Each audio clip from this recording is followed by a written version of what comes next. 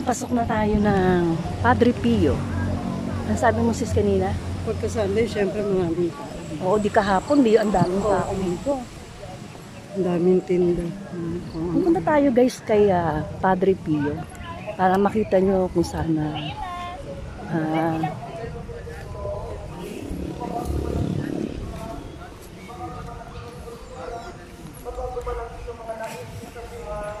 opo. Pagka linggo, yun, marami ng tiyanggihan.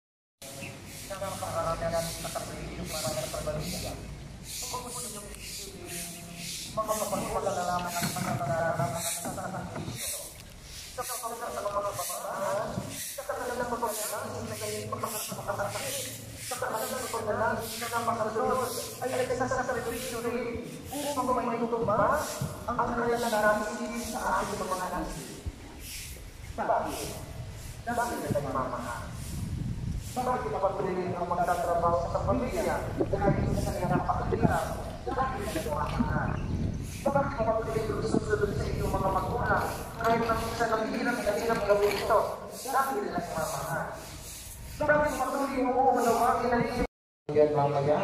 Inyo pong italangin, sabihin sa Kanya, Panginoon, bigyan mo po ako ng pag-ibig na handang tumugon sa mga kailangan ng kasalukuyan upang sa gitna ng aming pagkakaiba-iba, sa gitna ng aming kanya-kanyang naisin sa buhay, patuloy kaming makapagbigay ng aming pag-ibig sa isa't isa, sapagkat ikaw na namumuhay sa amin, ang nag-iisang hindi nagbabago, siyang laging mag-uugnay, siyang laging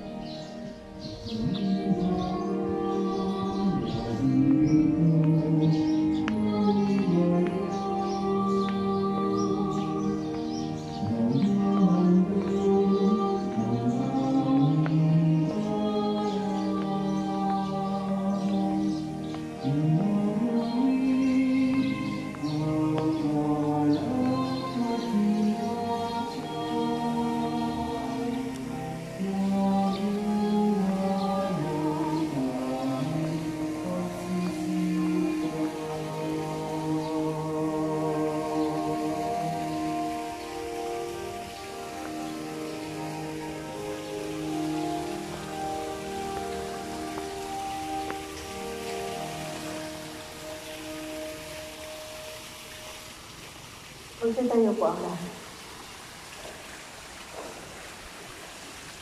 Manalangin kayo mga kapatid upang ang paghahain natin ay kaligtan ng Diyos na makapangyarihan. Pagkasinawa ng Panginoon itong paghahain sa iyong mga kamay, sa kapulihan niya at karangalan sa ating kapakinabangan at sa buong sambayanan niyang banal. Ang malaming lumikha, ipagkaloob mong marapat na ganapin ang banal na paghahain sapagkat tuloy yung pinagdiriwan ang alaala na anak mong nag-alay. Ang pagliligtas niya sa tanan ay nangyayari upang aming pakinabangan. Very bad. Sa pamamagitan niya, kasama ng Espiritu Santo, magpasawalang hanggan. Amen. Sumayin niyo ang Panginoon. At sila'y Itaas sa Diyos ang iyong puso at diwa. itinasa namin sa Panginoon. Pagsalamatan natin ang Panginoong ating Diyos. Marapat na siya ay pasalamatan. Ang manaming makapangyarihan, tunay ng marapat malas sa babaeng lahat. Sa lagit ng hindi kamatayan, kami inagaw ng namatay mong anak. Sa pagkabuhay niya, kami kanyang binuhay, upang kaugnayan namin sa iyo'y huwag magwakas. Kaya kaisa ng mga anghel na nagsisiawit ng papuri sa iyo ng walang humpay. Pangbanal at pagkakalamat sa iyong kalakilaan, nalunuwalan mo ang mahal na nababakas sa lahat ng iyong pinapari. Nilikha mo ang tao sa iyong kalarawan, pinamahala mo sa kanya ang sanlibutan, upang pangasiwaan ang lahat ng nilikha mo bilang paglilingkod sa iyo. Nang ikaw ay talinda ng tao, ang tuwag mo sa pagkakas, hindi sa pinalaya ang siya ng mga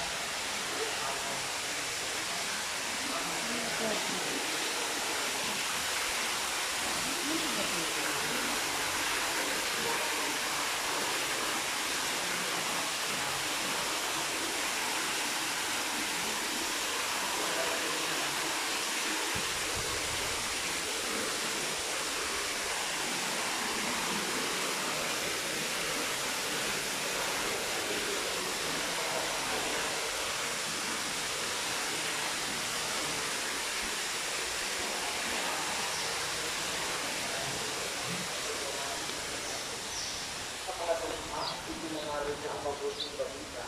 Sa mga nakikinig, ipinahayag niyang sila'y lalaya. Sa mga nahahapi, inihatid niya ang galak at tuwa. Upang kanyang sundin ang loob mo, nagpakasahag siya hanggang sa mamatay. Sa kanyang muling pagkabuhay, lupit niya ang kamatayan at binigyan kotse siya ng dati. bagong buhay. Upang kami naman ay Ganyan huwag na na ganyan, mabuhay nakatim. para sa sarili lamang, kundi para sa kanya ang nanamatay at muling nabuhay. Para sa aming tanan, isinubuo niya ama mula sa iyo, ang banal na Espiritu, itong unang bunga ng handog mo sa mga sinasamo namin sa panalinawa ng banal na Espiritu ang mga handog na ito upang maging katawan at tubo ng aming Panginoong Hesukristo. Sa pagdiriwang namin ng dakilang misteryong ito, na kanyang inihabilin sa amin bilang tipan na walang hanggan.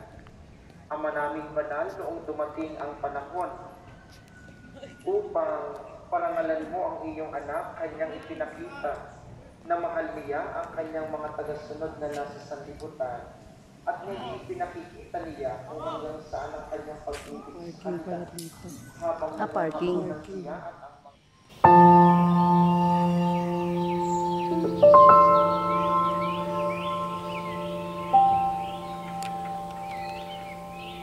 ipagbunin natin ang misteryo ng pananampalataya.